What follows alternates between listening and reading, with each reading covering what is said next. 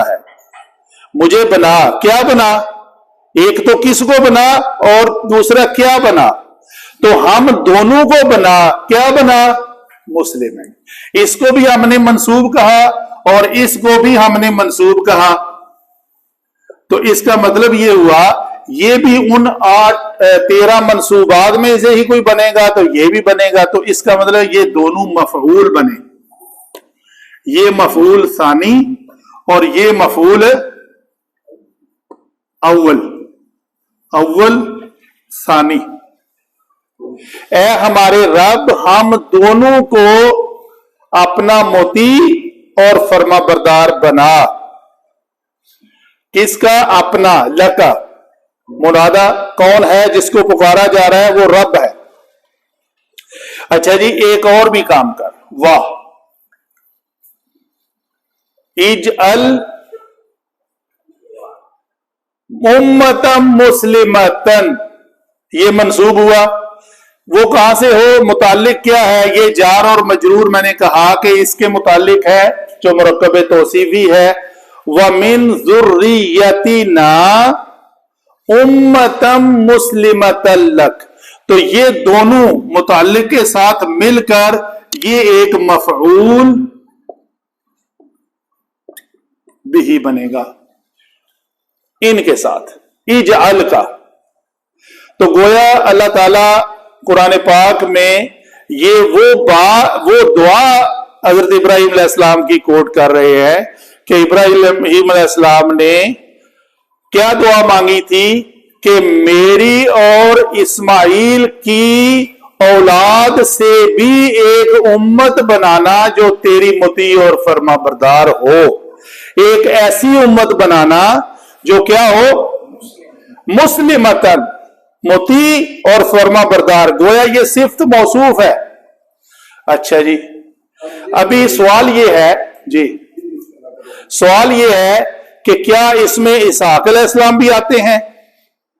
हजरत इब्राहीम अलैहिस्सलाम के बेटे इस्माइल और इसहाक भी हैं, तो क्या इस ज़ुर्रियत में हजरत इसहाक अलैहिस्सलाम के बेटे हजरत याकूब और यूसुफ और आगे सारे जो आते हैं, क्या वो भी इस ज़ुर्रियत में मौजूद हैं? नहीं। क्यों नहीं? कि यहां पे तस्निया मीम के ऊपर सिर्फ ये जबर हमें बता रही है कि ये तस्निया का सीगा है और इससे मुराद सिर्फ और सिर्फ हजरत इब्राहीम और हजरत इस्माइल ही हैं। इब्राहीम की वो औलाद जो इस्माइल से आगे चले, इब्राहीम की वो औलाद जो इसहाक अलैहिस्सलाम से चलेगी, वो इस दुआ में वो शामिल नहीं है। तो गोया इब्राहीम अलैहिस्सलाम की जो दुआ है कि हम दोनों को अपना मुती और फर्माबरदार बना और मेरी ज़ुर्रियत में से, तो मेरी से मुराद मेरी और इस्माइल की जो तफसीलन बात है, वो मेरी और इस्माइल क्यों कह रहे हैं हम? इस मीम के ऊपर जबर क्यों? हम ग्रामर के स्टूडेंट है ना, तो तस्निया का सीगा है। तो ऐसी उम्मत बनाइयो जो कि मुती और फर्माबरदार हो।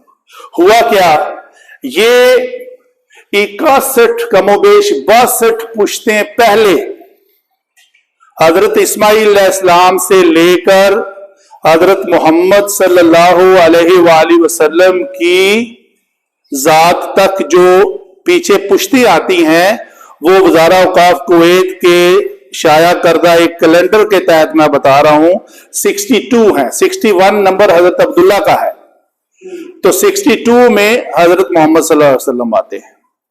तो फिर आप सल्लल्लाहु अलैहि वसल्लम को पैदा फरमाकर उनको नबूवत पे उनकी बासत करके मबूस किया, और फिर हम वो खुशकिस्मत उम्मत हैं जिसकी दुआ हजरत इब्राहीम अलैहिस्सलाम ने उस वक्त की थी। गोया इसमें एक और भी जो है ना माखूज है कायदा कि बंदा दुआ करके इस तरह पंजाबी कहते काला पै जाता, मेरी दुआ कबूल क्यों नहीं भी होती। तो आप अंदाजा करें कि हजरत इब्राहीम अलैहिस्सलाम की दुआ एक नस्ल, दूसरी, तीसरी, चौथी कब जाके कबूल हुई? 62 नस्ल के बाद। बाप थे ना, दादा परदादा परदादा कहां थे? تو ہم تو بڑی جلدی میں آ جاتے ہیں.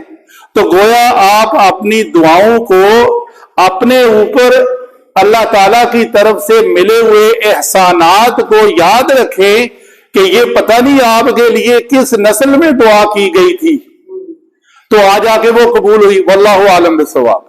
لیکن یہ ہے کہ دعا اپنے والدین کی دعا جو ہے اس یقین کے ساتھ تیقن کے ساتھ اس کی امید رکھا کریں کہ یہ جو میرے والدین نے میرے لیے دعائیں کی ہیں نا وہ مجھے مل رہی ہیں, مجھے کیا میری اولاد کو بھی آگے ملیں گی انشاءاللہ.